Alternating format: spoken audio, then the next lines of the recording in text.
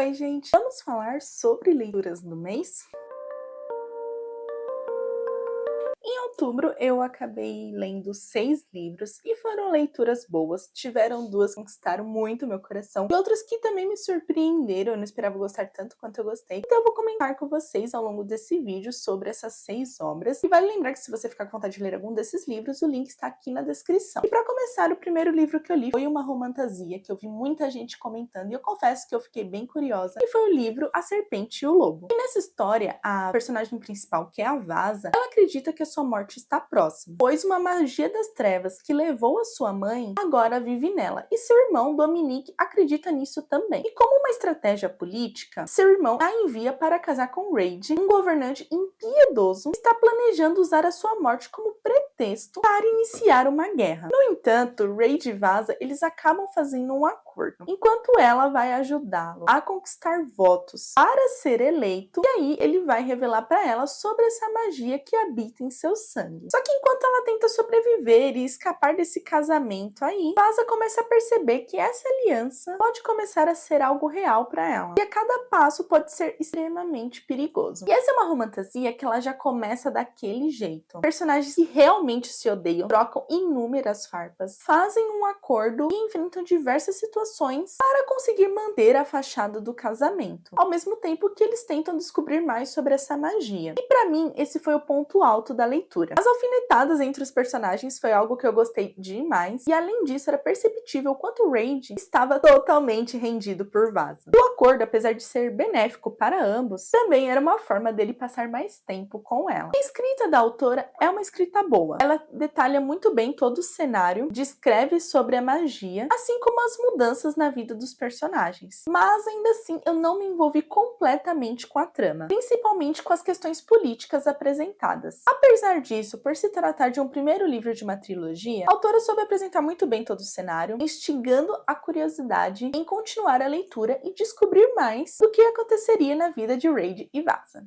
Minha segunda leitura de outubro foi uma leitura extremamente fofinha. Eu fiquei muito apaixonada por esse livro, eu senti vontade de comer cookies, enfeitar a casa para o Halloween, viver numa cidade pequena e tudo mais, porque é um livro que realmente conquista o coração. E eu estou falando de Nem Todo Outono é Igual. E nessa história nós conhecemos a Elise, e ela sonhava cursar jornalismo na Colômbia e seguir os passos do seu pai. Mas, após o divórcio de seus pais, ela precisou deixar Nova York e se mudar para Granby Falls, junto com a sua mãe, e essa cidade é uma cidade bem pequena.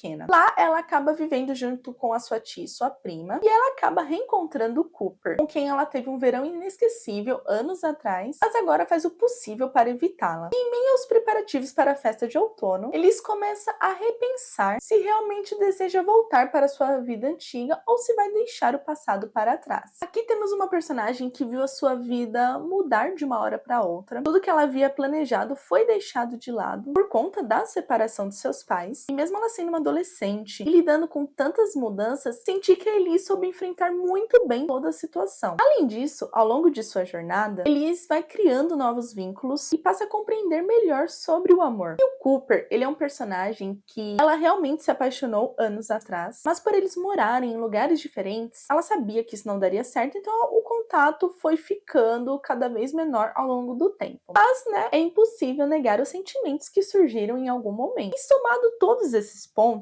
junto com uma narrativa em primeira pessoa, o clima outonal e o cenário de uma cidade pequena, a autora me proporcionou uma leitura aconchegante que me envolveu do começo ao fim, arrancou alguns sorrisinhos bobos e deixou meu coração transbordando amor no final. Então, Nem Todo Outono é Igual é um livro jovem e adulto que vale muito a pena dar uma chance. A história fala sobre amor, segundas chances, a beleza de se reencontrar, que mudanças são importantes e necessárias em nossa jornada e que, às vezes, recomeços podem nos levar aos finais mais felizes. Minha terceira leitura de outubro foi um livro que tem uma carga emocional e eu acabei gostando demais dele, eu não esperava que ele fosse me cativar tanto. E foi o livro A Última Lista de Mabel Belmont.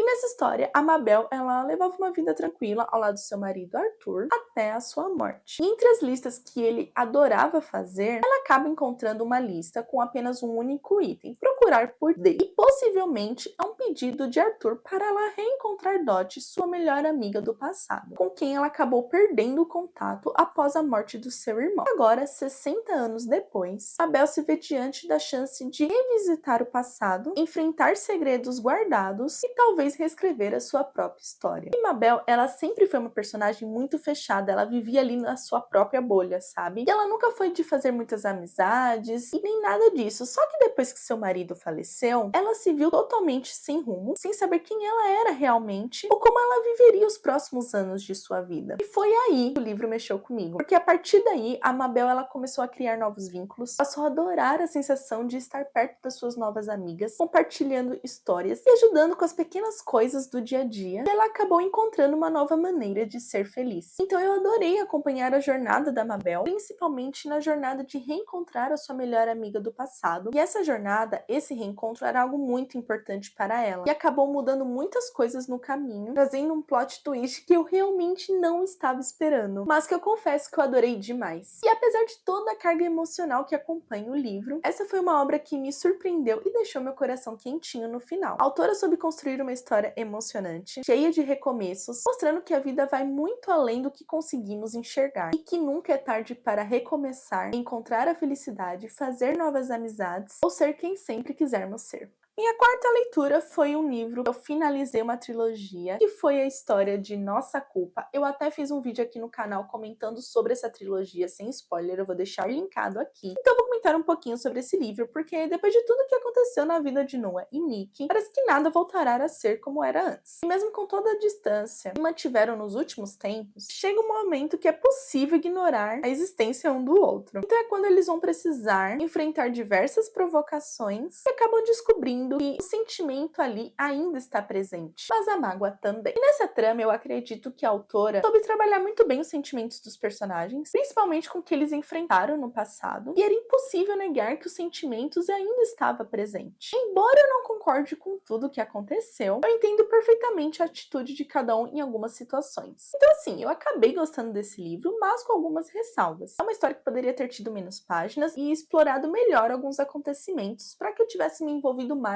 com toda a trama, mas eu acabei gostando do livro. É um livro que acaba nos mostrando que quando amamos alguém de verdade, precisamos lutar por essa pessoa. Devemos fazer o possível pelo nosso felizes para sempre, porque quando algo é para acontecer, ele vai acontecer. Minha quinta leitura foi um livro de uma autora que eu li uma duologia e eu fiquei completamente apaixonada. E esse livro, ele faz parte do mesmo universo, só que não precisa necessariamente ler a duologia para ler esse livro. Você pode ler esse livro antes da duologia, enfim. Eu estou falando de Reverência Indomável, porque nessa história nós conhecemos a Matilda, que ela é a deusa mais jovem de seu clã, e ela nasceu com um domínio flamejante do submundo e esconde um segredo que é capaz de mudar o destino dos deuses. Em um mundo repleto de alianças frágeis e traições, ela aprendeu a proteger o seu próprio coração. Enquanto isso, Vincent, um mortal que a conheceu em seus sonhos e acreditava que ela era apenas fruto da sua imaginação, vê sua vida mudar 10 anos depois. Matilda reaparece com uma carta que pode selar o destino de ambos e dos próprios deuses, unindo-os em uma luta de uma guerra divina e o destino que lhe foi imposto. E com uma narrativa intercalada no ponto de vista de ambos os personagens, conseguimos compreender melhor o mundo dos deuses e também dos mortais, além de perceber o quanto essa união poderia ser algo extremamente perigoso. Além disso, temos um vislumbre de uma relação que é capaz de ultrapassar barreiras e tempos. E esse foi um ponto que eu mais gostei na leitura, pois a forma como a autora acabou desenvolvendo o romance me conquistou bastante. No entanto, esse é um livro que ele desenrola aos pouquinhos de uma maneira mais lenta. A autora traz uma riqueza de detalhes em cada capítulo, descrevendo todo o cenário e a magia em volta desses acontecimentos. Isso é algo bem positivo,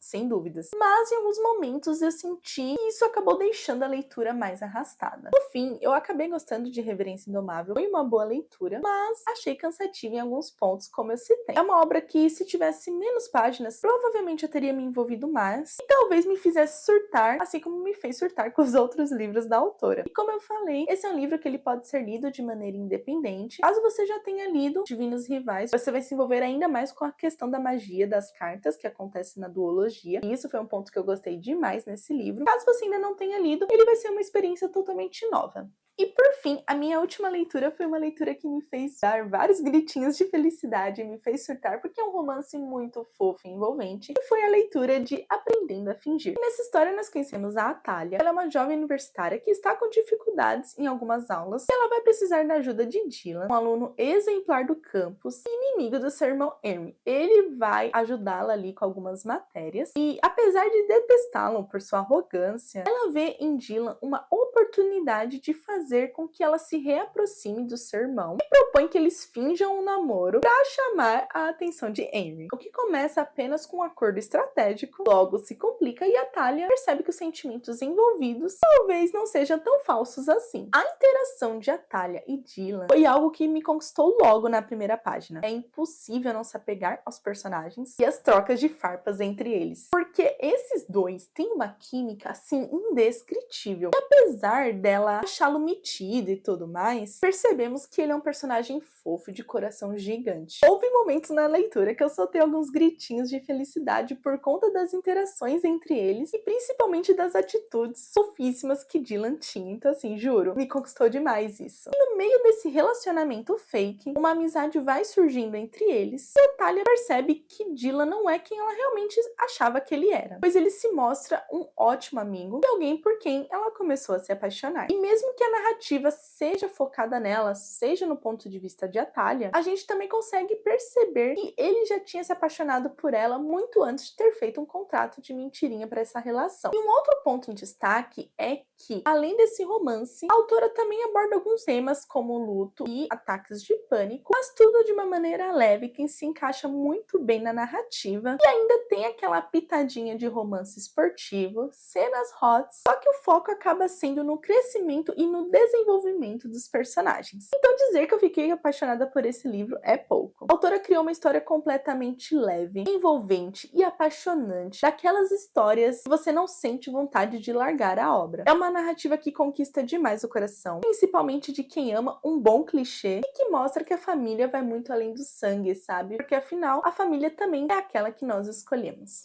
Mas é isso, leitores. Espero que vocês tenham gostado de conhecer um pouquinho sobre as minhas leituras de outubro. Aproveite para deixar aqui nos comentários se você já leu alguma dessas obras, se você ficou com vontade de conhecer, e a gente conversa um pouquinho mais. E por fim, não esqueça de deixar o seu like, se inscrever no canal e ativar o sininho para não perder nenhuma notificação. Nos vemos no próximo vídeo.